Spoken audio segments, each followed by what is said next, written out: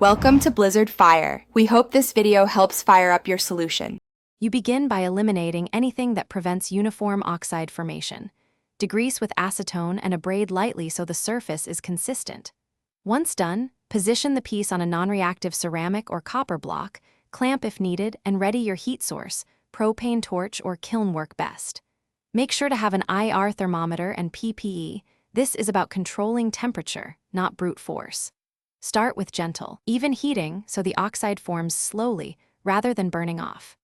You now focus on temperature and motion. Heat gradually, increasing until you see the thin oxide colors appear.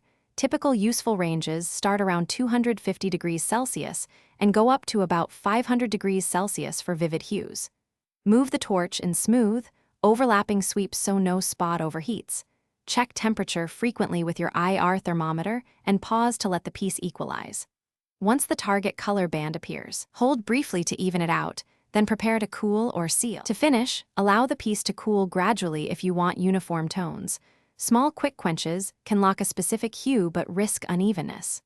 Once cooled, degrease lightly and apply a clear high-temp lacquer or a thin coat of mineral oil to protect the oxide layer. If you see blotches or streaks, reclean that area and reheat with lower, controlled passes to blend the oxide. This is the key troubleshooting step. Correct by gentle, localized reheating rather than aggressive stripping. Thanks for watching. If you found this helpful, don't forget to like and subscribe.